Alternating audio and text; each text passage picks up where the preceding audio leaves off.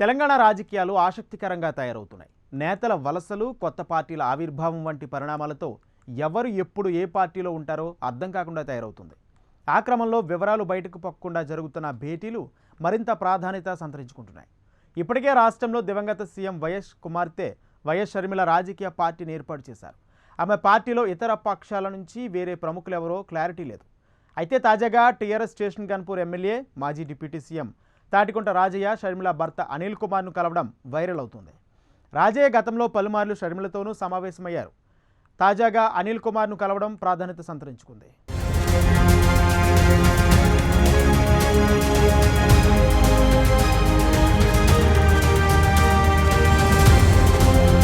రాజయ్య ఉమ్మడి వరంగల్ జిల్లా station Ghanpur MLA Tatikonda Rajaiah తెలంగాణలో ఏర్పాటైన తొలి టీఆర్ఎస్ కేబినెట్లో ఉప ముఖ్యమంత్రిగా నియమితులయ్యారు.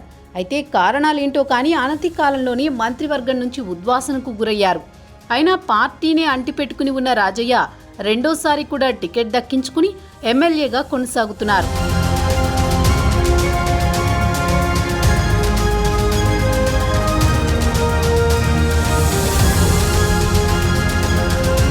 అలాంటి రాజయ్య తాజాగా వైఎస్ఆర్ తెలంగాణ పార్టీ అధ్యక్షురాలు షర్మిల భర్త బ్రదర్ అనిల్తో సమావేశమవడం ప్రాధాన్యం సంతరించుకుంది. దాంతో ఆయన ఆ కొత్త పార్టీలో చేరతారా అనేది చర్చనీయాంశంగా మారింది. ప్రస్తుతం తెలంగాణ సీఎం కేసీఆర్ దళిత బంధును ప్రవేశపెట్టడంతో వివిధ దళిత సంఘాల నుంచి ప్రశంసలు వస్తున్న తరుణంలో రాజయ్య లోటస్ పాండ్కు వెళ్లడం ప్రాధాన్యత సంతరించుకుంది.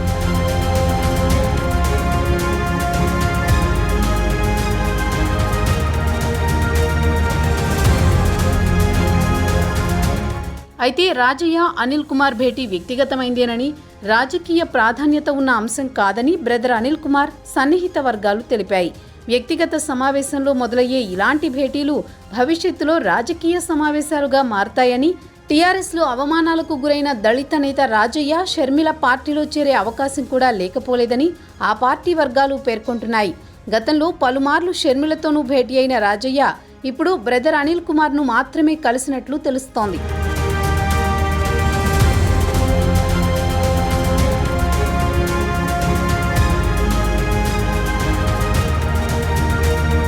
స్టేషన్ ఘన్పూర్ నియోజకవర్గంలో మాజీ డిప్యూటీ సీఎం కడియం శ్రీహరి, అదే నియోజకవర్గం నుంచి ఎమ్మెల్యేగా ఎన్నికైన రాజయ్య మధ్య సత్సంబంధాలు లేవన్న ప్రచారం ఉంది. ఒకే పార్టీలో ఉంటూ రాజకీయ ప్రత్యర్థులుగా కొనసాగుతున్నారన్నది బహిరంగ రహస్యమని అంటారు. ఇరువురు నేతలు కూడా పరోక్షంగా ఒకరిపై ఒకరు విమర్శలు చేసుకుంటూనే ఉన్నారు.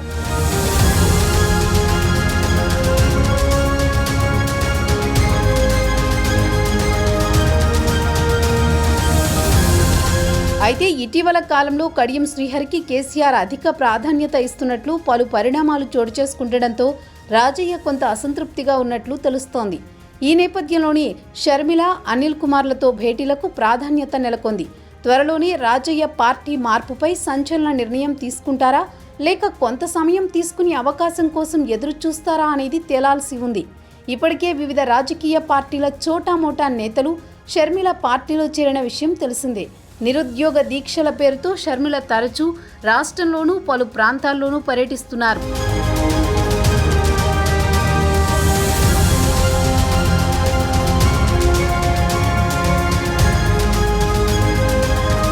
ఉద్యోగం రాలేదని ఆత్మహత్య చేసుకున్న యువత కుటుంబాలను కలిసి పరామర్శిస్తున్నారు. అదే సమయంలో సీఎం కేసీఆర్పై తీవ్ర స్థాయిలో విమర్శలు ఎక్కుపెడుతున్నారు. ఈ నేపథ్యంలో వైఎస్ఆర్టీపీ రాజకీయ భవిష్యత్తు ఎలా ఉండబోతోందనేది ఆసక్తి రేపుతోంది. ఇదిలా ఉంటే తాజాగా మాజీ ఐపీఎస్ ఆర్ఎస్ ప్రవీణ్ కుమార్ బీఎస్పీలో చేరారు. దీంతో తెలంగాణలో మరో రాజకీయ పార్టీ క్రియాశీలకంగా మారే అవకాశం కనిపిస్తోంది. అధికార టీఆర్ఎస్ ఇప్పుడు కాంగ్రెస్, బీజేపీల నుంచే గాక షర్మిల పార్టీ బీఎస్పీ నుంచి కూడా ఎంతో కొంత పోటీ ఎదుర్కొనే పరిస్థితి కనిపిస్తోంది. ఆ క్రమంలో రాజయ్య వంటి ముఖ్య నేతలు బ్రదర్ అనిల్తో టచ్లోకి వెళ్లడం రాజకీయంగా చర్చనీయాంశమైంది.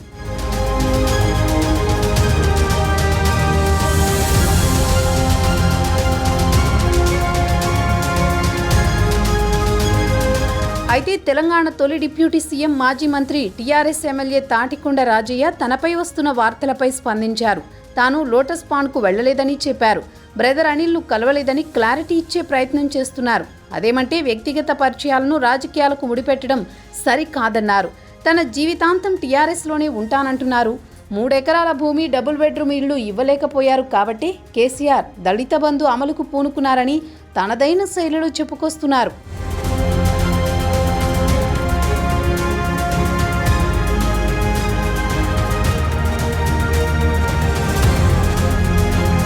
అలాగే కడియం శ్రీహరితో విభేదాలపై కూడా రాజయ్య స్పందించారు. కడియం శ్రీహరి తాను ఒకే జాతి బిడ్డలమని, అందుకే తమ ఇద్దరి మధ్య ఆధిపత్య పోరు ఉంటుందంటున్నారు. ఆయన ఘన్పూర్ నుంచి 2 సార్లు గెలిస్తే తాను 4 సార్లు గెలిచానని, కొన్ని విషయాల్లో నేను కడియం శ్రీహరిని ఆదర్శంగా తీసుకుంటానని వివరిస్తున్నారు. సహజంగా రాజకీయాల్లో ఆరోపణలు, రకరకాల ప్రచారాలు మొదలైనప్పుడు సదరు నేతలు పెద్దగా పట్టించుకోరు. అయితే అనిల్ను కలిసినట్లు జరుగుతున్న ప్రచారంలో రాజయ్య వెంటనే రియాక్ట్ అయ్యారంటే నిజంగా ఏదో జరుగుతుందన్న అభిప్రాయం వ్యక్తమవుతోంది.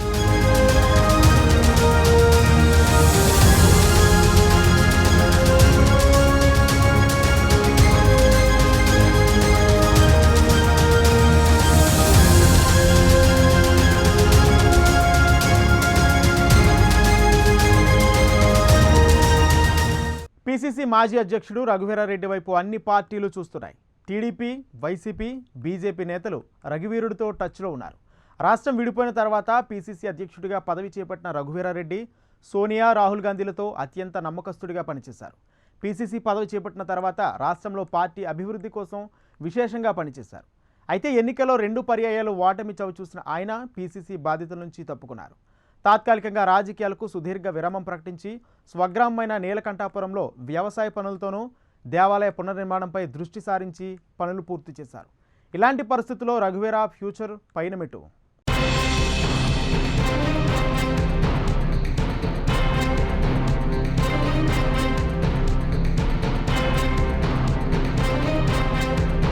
ఆంధ్ర సరిహద్దు ప్రాంతమైన నీలకంఠాపురం రఘువీరారెడ్డి స్వగ్రామం. కర్ణాటకకు సమీపంలో ఉండడంతో ఇక్కడి ప్రజల వేషం, భాష కర్ణాటక వాసులను అరుణాయిస్తుంది. ఈ గ్రామంలో దేవాలయాల నిర్మాణం పూర్తి చేయాలనే సంకల్పంతో సమీప గ్రామాల ప్రజలతో మమేకమై అనుకున్న రీతిలో పూర్తి చేశారు.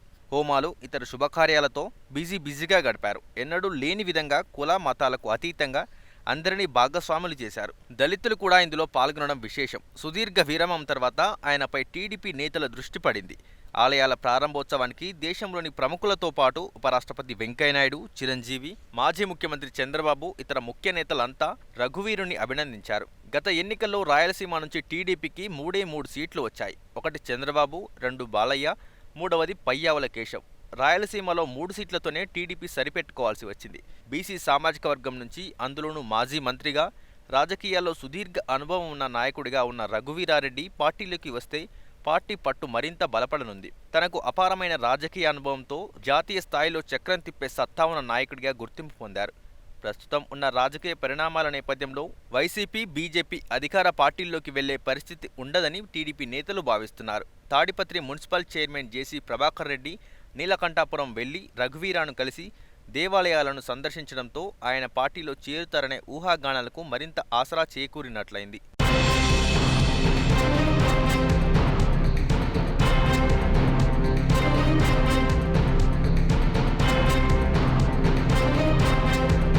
వ్యవసాయ పనులు చేసుకుంటూ ఆధ్యాత్మిక చింతనలో ప్రశాంతంగా గడుపుతారని రఘువీర సన్నిహితులతో చెప్పినట్లు సమాచారం.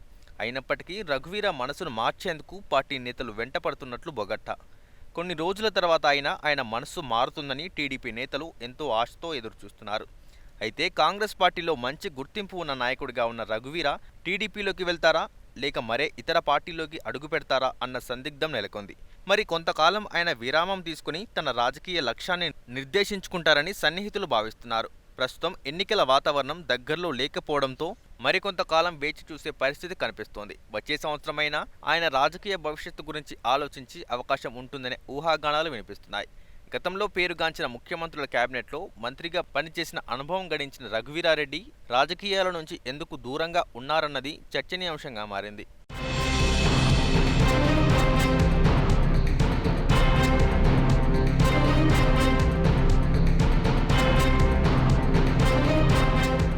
ఆ నియోజకవర్గం ఓటర్లు ఎప్పుడు విలక్షణమైన తీర్పే ఇస్తుంటారు. ఏ కొత్త పార్టీ వచ్చినా దానికే పట్టం కడుతుంటారు. దశాబ్దాల పాటు ఆదరించిన పార్టీని కూడా అడ్రస్ లేకుండా చేస్తారు. అలాంటి చోట ఆవిర్భావం నాటి నుంచి హవా చాటుకుంటూ వస్తుంది ఆ పార్టీ. అయితే కీలక సమయంలో ఎదురీదే పరిస్థితి ఎదుర్కోవాల్సి వస్తుంది. ఎలాగైనా పట్టు నిలుపుకోవాలన్న అత్యుత్సాహంతో ఆ పార్టీ చేసిన పొరపాటే ఈ పరిస్థితికి కారణమా? పార్టీ పెద్దల చేతిలో పవర్ ఉంది కదా అని ఆ ధీమాతో తమ గొయ్యి తామే తవ్వుకున్నారా? అసలు ఆ నియోజకవర్గంలో ఏం జరుగుతుంది? సదరు పార్టీ బాస్లు పొలిటికల్గా వేసిన రాంగ్ స్టెప్ ఏంటి? దానిపై ఆ పార్టీ క్యాడర్లో వినిపిస్తున్న టాక్ ఏంటి?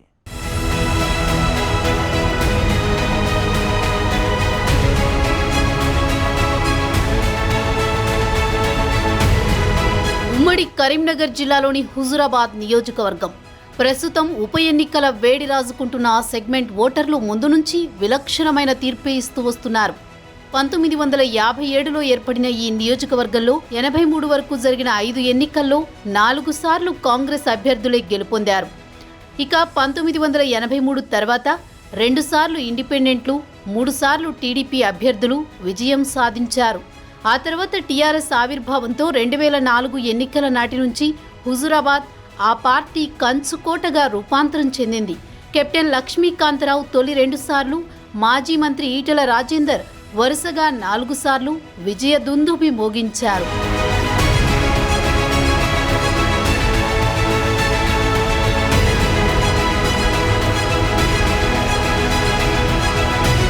ముఖ్యంగా తెలంగాణ ఆవిర్భావం తర్వాత జరిగిన 2 ఎన్నికల్లో ఈటెల రాజేందర్కు హుజురాబాద్లో ఎదురే లేకుండా పోయింది.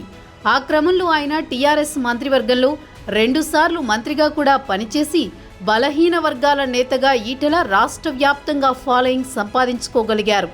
అలా ఆయన హుజురాబాద్ను తన ఇలాఖాగా మార్చేసుకోగలిగారు. అయితే తదనంతర పరిణామాలతో టీఆర్ఎస్ లాంటి దొరల పార్టీలో మనుగడ సాధించలేమంటూ ఆయన బయటకు వచ్చి పెద్ద కలకలమే రేపారు.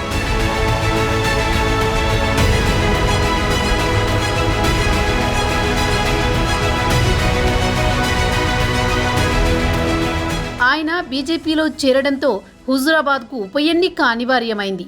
ఉద్యమ నేతగా టీఆర్ఎస్ ఆవిర్భావం నుంచి ఉన్న ఈటెలను టీఆర్ఎస్ నుంచి అవమానకర రీతిలో బయటకు వెళ్లేలా చేయడంతో సహజంగానే ఆ నాయకుడిపై జనంలో సానుభూతి పెరిగింది.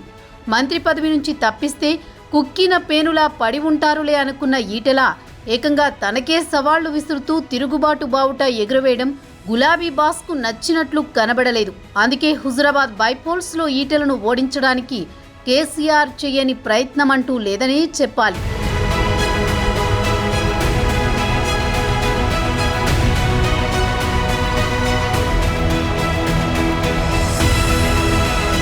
ఈటెలకు ధీటైన అభ్యర్థి కోసం ఇతర పార్టీల నుంచి వలసలకు తెరలేపింది టీఆర్ఎస్.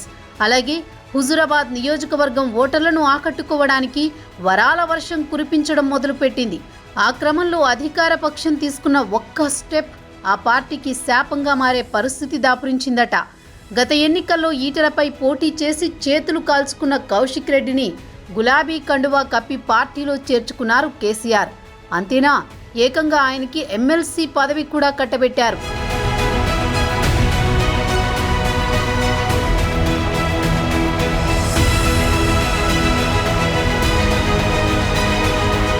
మాజీ క్రికెటర్ కౌశిక్ రెడ్డికి హడావిడిగా పదవి కట్టబెట్టిన కేసీఆర్ సెల్ఫ్ వికెట్ తీసుకున్నారన్న అభిప్రాయం వ్యక్తమవుతోంది.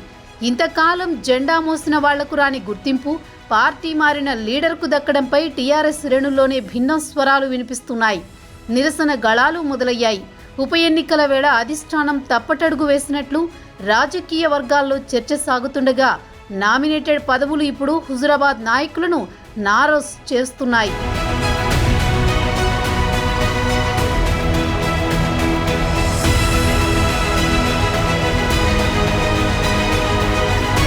హుజురాబాద్ పొలిటికల్ స్క్రీన్ పై పాడి కౌశిక్ రెడ్డి ఎంట్రీ ఇప్పుడు చర్చనీయాంశంగా మారింది. ఆయన టీఆర్ఎస్లోకి ఎంట్రీ ఇవ్వడాన్ని చాలా మంది నేతలు స్వాగతించడం లేదనేది లోకల్ లీడర్ల మాటల్లో స్పష్టమవుతోంది. కౌశిక్ నాయకత్వాన్ని ఎందుకు యాక్సెప్ట్ చేయడం లేదంటే చాలా కారణాలు చెప్తున్నారు. లోకల్ లీడర్లు కాంగ్రెస్ పార్టీలో చోటు చేసుకున్న రాజకీయ పరిణామాలతో టీఆర్ఎస్ గూటికి చేరిన కౌశిక్ రెడ్డికి వారం రోజుల వ్యవధిలోనే ఎమ్మెల్సీ పదవిని కొట్టేశారు. ఇంత తక్కువ సమయంలో ఎమ్మెల్సీ పదవిని కట్టబెట్టడం ఏంటి?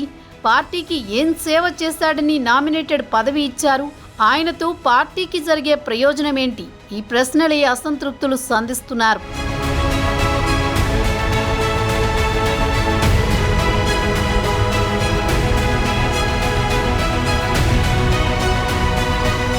హుజూరాబాద్ ఉప ఎన్నికల్లో బీజేపీ తరపున బలమైన అభ్యర్థిగా ఈటెల బరిలోకి దిగుతుండగా టీఆర్ఎస్ మాత్రం ఇంకా అభ్యర్థిని అధికారికంగా ప్రకటించలేదు. నాడు ఈటెల అనుచరులుగా ఉన్న వారిని కూడా పార్టీ మారకుండా జాగ్రత్త పడుతున్న టీఆర్ఎస్ అధిష్టానం పరిస్థితులు పార్టీకి కొంత అనుకూలంగా మారుతున్న సమయంలోని కౌశిక్ రెడ్డికి ఎమ్మెల్సీ పదవి ఇవ్వడంతో అంతర్గత విభేదాలు మొదలైనట్లయింది. ఇప్పటికే నియోజకవర్గ సీనియర్లంతా రహస్య సమావేశాలు ఏర్పాటు చేసుకుని కౌశిక్ రెడ్డికి సన్మానాలు కానీ అభివృద్ధి కార్యక్రమాలకు ఆహ్వానించకూడదని డిసైడ్ అయినట్లు ప్రచారం మొదలైంది.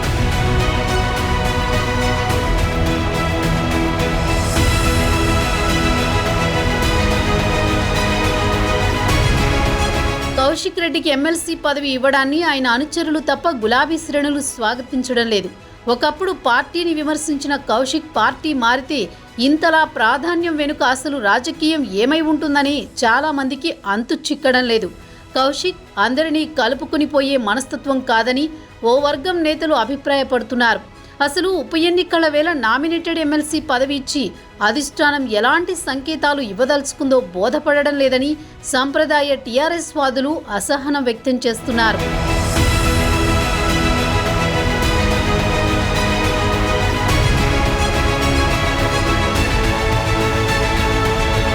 మొన్నటి వరకు పార్టీ పిలుపు మేరకు పనిచేయాలని నిశ్చయించుకున్న అత్యధిక టీఆర్ఎస్ నేతల్లో ఇప్పుడు కౌశిక్కి ఎమ్మెల్సీ పదవి ఇచ్చిన తర్వాత మార్పు స్పష్టంగా కనిపిస్తోందంటున్నారు. దానికి తగ్గట్టే మాటల్లో అసహనం, నిరుత్సాహం, నిరసన గళాలు వినిపించే వారి సంఖ్య పెరుగుతోంది. ఈ పరిణామాలతో పొరుగింటి పుల్లకూర రుచి అన్నట్లు పక్క పార్టీ నేతకి పదవి కట్టిపెట్టడం టీఆర్ఎస్కు మైనస్ అయ్యేటట్టే కనిపిస్తోంది. మరి ఆ క్రమంలో ఇంతకాలం ఆదరించిన టీఆర్ఎస్ను హుజూరాబాద్ ఓటర్లు ఏం చేస్తారో చూడాలి.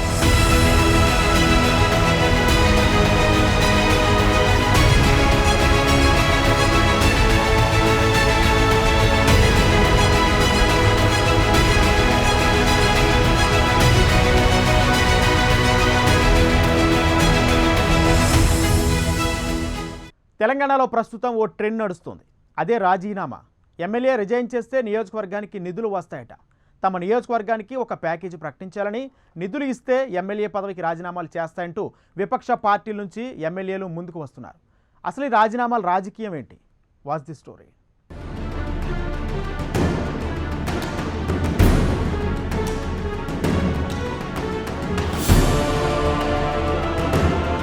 తెలంగాణ రాజకీయాల్లో ప్రస్తుతం వినిపిస్తున్నవి రెండు. మొదటిది హుజూరాబాద్, రెండోది దళిత బంధు. హుజూరాబాద్ ఉప ఎన్నికల్లో గెలిచేందుకే దళిత బంధు పథకాన్ని కేసీఆర్ ప్రకటించారని ప్రతిపక్షాలు విమర్శిస్తున్నాయి. హుజూరాబాద్లో రైతు బంధును అమలు చేస్తే లేని సమస్య దళిత బంధును అమలు చేస్తే ఎందుకని అధికార టీఆర్ఎస్ పార్టీ నేతలు ప్రశ్నిస్తున్నారు. ఈ క్రమంలో టీఆర్ఎస్, బీజేపీ, కాంగ్రెస్ మధ్య మాటల యుద్ధం నడుస్తోంది. ఈ క్రమంలో ఇప్పుడు తెలంగాణలో రాజీనామాల ట్రెండ్ మొదలైంది.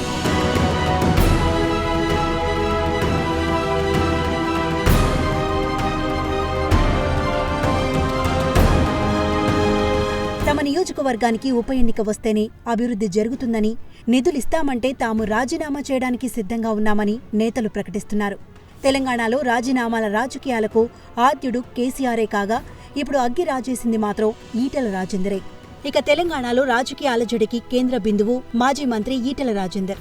మంత్రిగా ఉంటూ ప్రభుత్వంపైనే విమర్శలు చేయడంతో కేసీఆర్ పరోక్ష చర్యలు తీసుకున్నారు. భూకబ్జా ఆరోపణలతో కేబినెట్ నుంచి బర్తరఫ్ చేశారు. దీంతో టీఆర్ఎస్ నుంచి బయటకు వచ్చిన ఈటెల బీజేపీలో చేరిపోయారు. టీఆర్ఎస్ నుంచి గెలిచిన ఆయన ఎమ్మెల్యే పదవికి రాజీనామా చేశారు.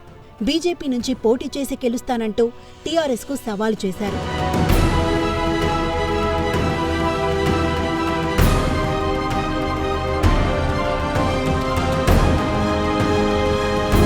తన మీద పోటీ చేయాలంటూ తాజాగా సీఎం కేసీఆర్ మంత్రి హరీష్ రావుకు ఛాలెంజ్ విసిరారు.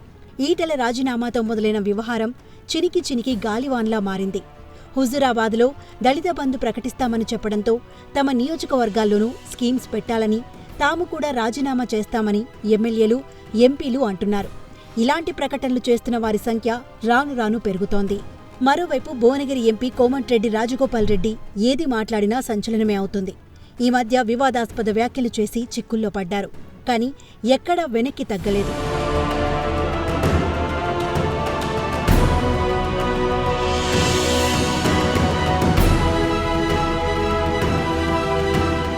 కేసీఆర్కు ఆయన సవాల్ చేశారు.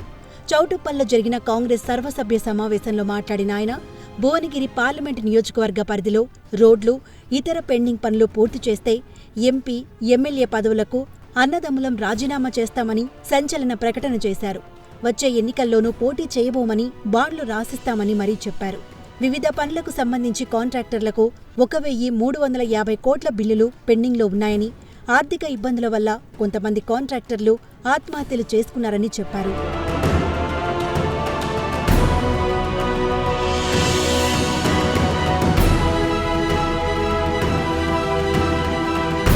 అటు బీజేపీ, ఇటు కాంగ్రెస్ అంటూ మధ్యలో ఉన్నారు కోమటిరెడ్డి రాజగోపాల్ రెడ్డి. కానీ టీఆర్ఎస్తో డి అంటే డి అంటున్నారు. కొన్ని రోజుల కిందట మంత్రి జగదీష్ రెడ్డితో తీవ్ర వాగ్వాదానికి దిగారు. మైకు లాక్కున్నంత పనిచేశారు. అంతకుముందు తన మునుగోడు నియోజకవర్గ అభివృద్ధి కోసం 2,000 కోట్లు ఇస్తానని కేసీఆర్ సర్కారు ప్రకటిస్తే తాను ఎమ్మెల్యే పదవికి రాజీనామా చేస్తానని చెప్పారాయన. నిజానికి దళిత బంధు విషయంలో రాజీనామా ప్రకటన ముందు చేసింది రాజగోపాల్ రెడ్డే.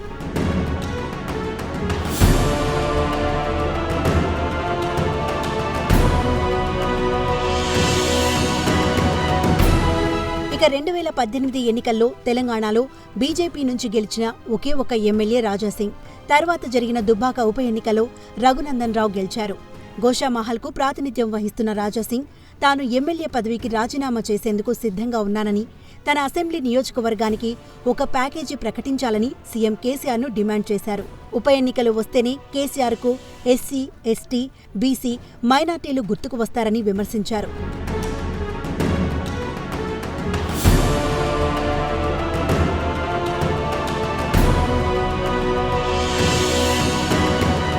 ఎమ్మెల్యే రాజీనామా చేస్తే ప్యాకేజీలు వస్తాయని సోషల్ మీడియాలో ప్రజలు డిమాండ్ చేస్తున్నారని చెప్పారు. ప్యాకేజీని ప్రకటించిన వెంటనే రాజీనామా చేసేందుకు తాను సిద్ధంగా ఉన్నానని రాజాసింగ్ స్పష్టం చేశారు. రానున్న రోజుల్లో ఇంకెంతమంది లీడర్లు ఇలాంటి ప్రకటనలు చేస్తారో చూడాలి మరి.